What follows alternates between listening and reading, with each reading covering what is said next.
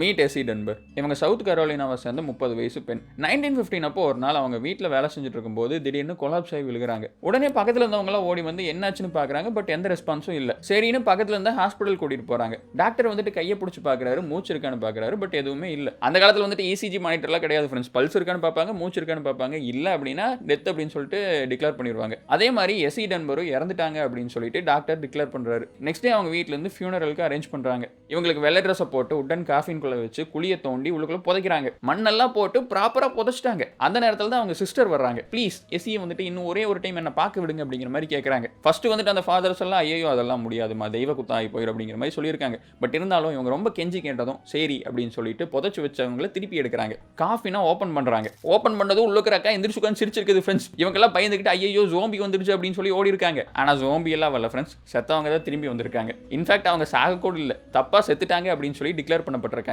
There's a thing called cataleptic coma, epileptic coma. இந்த கண்டிஷன்ல வந்துட்டு உங்க மூச்சு ரொம்ப ஸ்லோவாயிரும், பல்ஸ் இருக்கிறதே தெரியாது, பார்க்கறதுக்கு அப்படியே வந்துட்டு செத்து போன மாதிரி தான் இருப்பாங்க. ஸோ அந்த காலத்துல மிஷின்ஸ் எல்லாம் இல்லாதனால டாக்டர் சும்மா கையை பிடிச்சி பார்த்துட்டு இவங்க இறந்துட்டாங்க அப்படின்னு சொல்லி டிக்ளேர் பண்ணிட்டாங்க. அவங்க வீட்டில் இருந்தவங்க அது தெரியாம இவங்களை உயிரோட புதைச்சு வச்சுட்டாங்க. இப்போ இமேஜின் பண்ணி பாருங்க ஃப்ரெண்ட்ஸ், ஒருவேளை அவங்க சிஸ்டர் வராம இருந்திருந்தா, காஃபின்குள்ள இருக்கும்போது இவங்களுக்கு முழிப்பு வந்திருந்தா என்ன பண்ணிருப்பாங்க? பயங்கர ட்ராமாட்டிக்கான ஒரு சாவா இருந்திருக்கும்ல ஃப்ரெண்ட்ஸ். அதுக்கப்புறமா அவங்க 40 வருஷம் வாழ்ந்து அவங்களோட 70வது வயசுல 1955ல தான் இறந்து போறாங்க. ஃபன் ஃபேக்ட் என்னன்னா, அவங்கள செத்துட்டாங்க அப்படின்னு சொன்ன டாக்டர் அதுக்கு முன்னாடியே இறந்துடுறாரு. எனக்கு இப்போ என்ன டவுட்னா ஃப்ரெண்ட்ஸ், எஸ்சி தப்பிச்சிட்டாங்க, என்ன அவங்க சிஸ்டர் வந்துட்டு அவங்களை காப்பாத்திட்டாங்க, தெரிஞ்சோ தெரியாமலோ. ஆனா இதே மாதிரி எத்தனை பேர் வந்துட்டு கோமாக்கு போனவங்கள உயிரோட புதைச்சிருப்பாங்க. டெக்னாலஜி டெவலப்மெண்ட் நம்மளுக்கு எவ்வளவு முக்கியம்னு பாருங்க.